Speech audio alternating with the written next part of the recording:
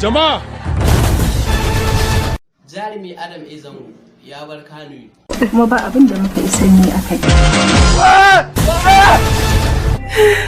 Hakika. Saboda me? Saboda me? Ya naga dukkan tsorata. Ai abin da muke so mu sani kenan yanzu. To ya abin ya faru? Masana'antar ce babu tarbiyya yanzu. Wace hujja ka dogara da ita? Wannan masana'antar tana buƙatar a ce akwai respect. Kuma respect ba wai sai dan kamfanin ka ne zai baka respect.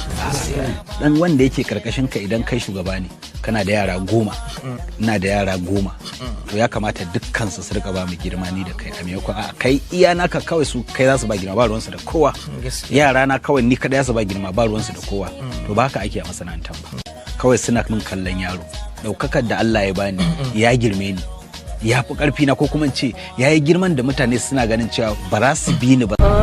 Bakin ciki ne ifito mun rara. Barka da yan bakin ciki sai da yan farin ciki.